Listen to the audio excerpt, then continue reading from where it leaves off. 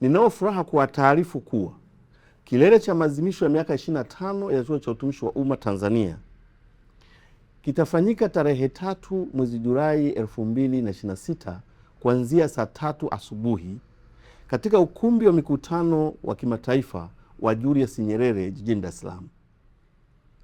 Mgeni rasmi anatarajiwa kuwa Mheshimiwa Ridhiwani Kikwete, mbunge, waziri wa nchi ofisi ya Rais, Menejimenti ya Utumishi wa Umma na Utawala Bora.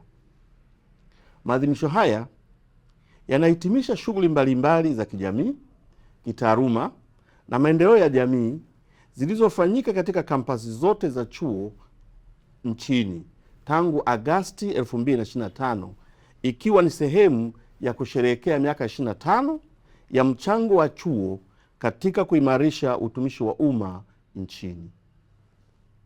Katika kipindi cha miaka 25, chuo kimepata mafanikio makubwa, ikiwa ni pamoja na kupanua huduma zake kutoka kampasi 2 hadi kampasi 6, kuongezeka programu za muda mrefu na muda mfupi, kuimarisha matumizi ya teknolojia katika utoaji wa mafunzo, pamoja na kuendeleza miundombinu na rasilimali watu.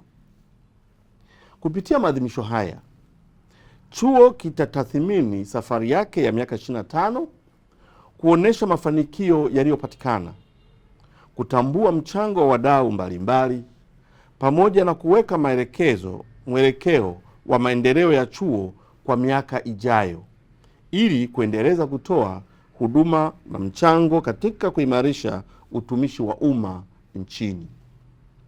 Tunawakaribisha wadau wote wa chuo kushiriki katika tukio hili muhimu na la kihistoria. Karibuni wote.